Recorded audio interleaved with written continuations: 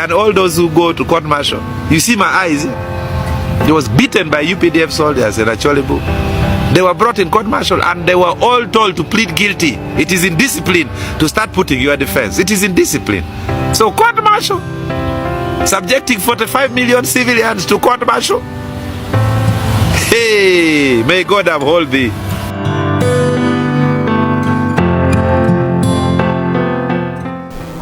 The story of the UPDF Amendment Bill 2025.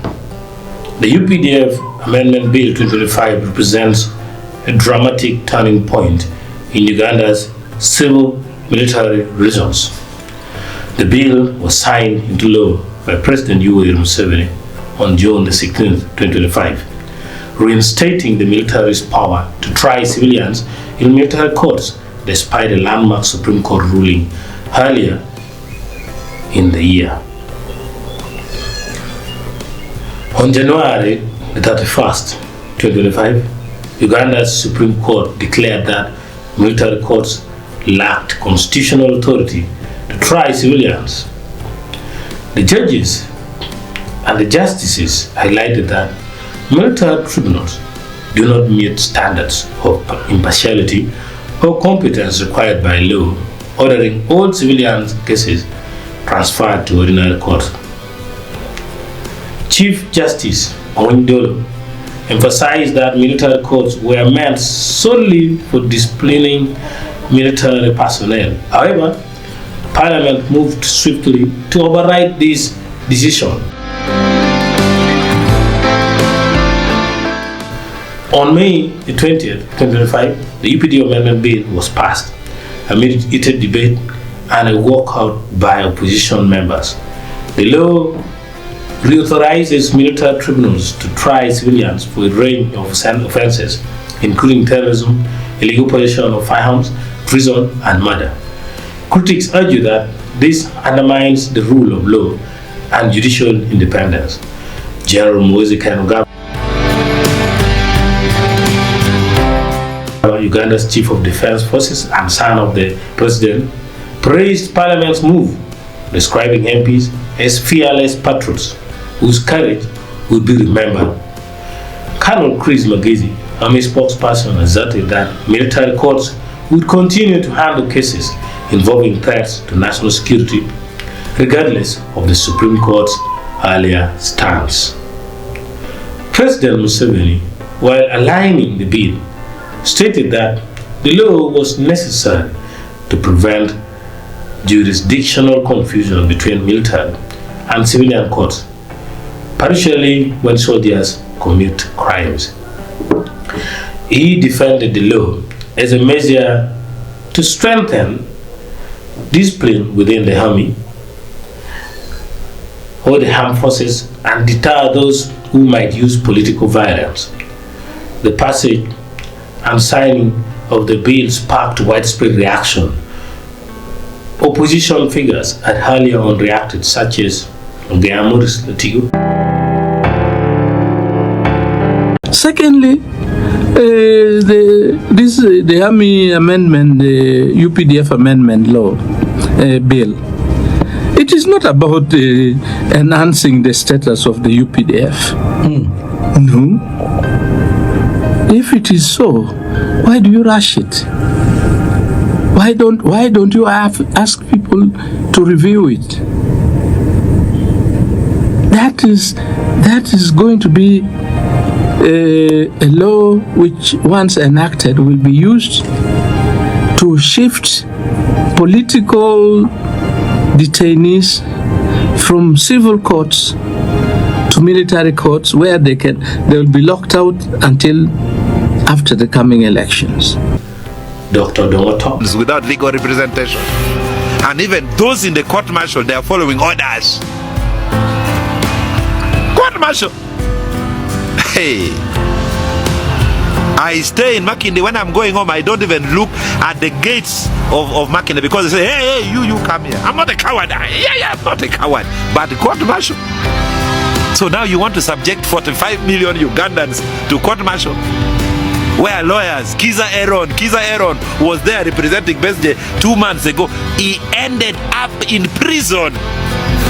A court which sentences lawyers without respect, with impunity. What will it do on civilians?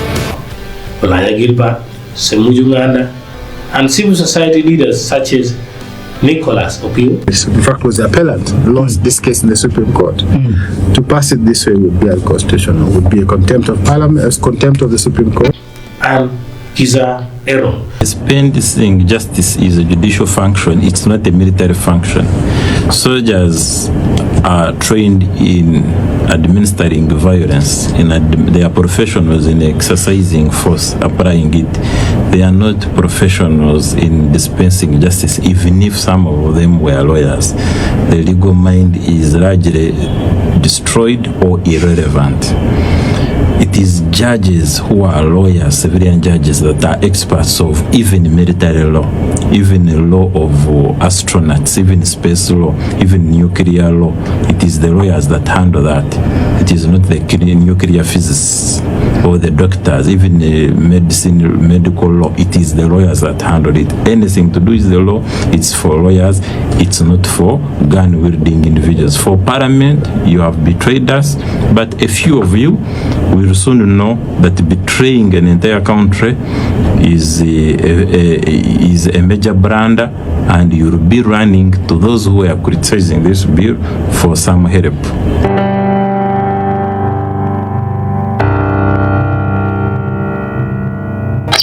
The problem with the Parliament of Uganda is that it is full of makeup.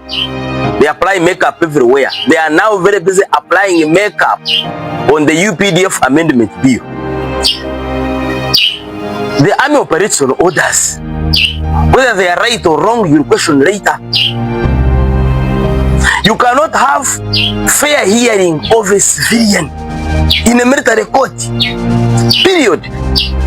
Strongly criticized the law as unconstitutional. They argue that it erodes fundamental rights and opens the door for abuse, partially in the lead-up to the 2026 elections. The Chief Justice Ogenga has yet to publicly comment following the signing. Legal experts and human rights defenders have vowed to challenge the UPDF Amendment Act 2025 in court, setting the stage for renewed legal battles over the limits of military jurisdiction in Uganda's constitutional order. The debate surrounding this law reflects deeper tensions between security interests and civilian liberties in Uganda's government, and its implication may shape the country's political future in profound ways. Thank you.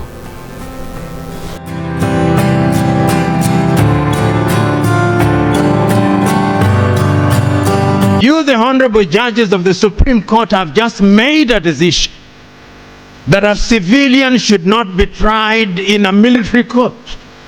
There is what I call executive pushback, as is expected. The question is, did you make the right decision in accordance with acceptable international law? Yes, you did. Yes, you did. The question is that acceptable now? Politically, your decision is considered to be politically incorrect. In 50 years' time, you will be vindicated. And that is what warriors of justice must do at certain time. That which is unpopular now may much later be seen to be significant in the manner in which it pushes the agenda.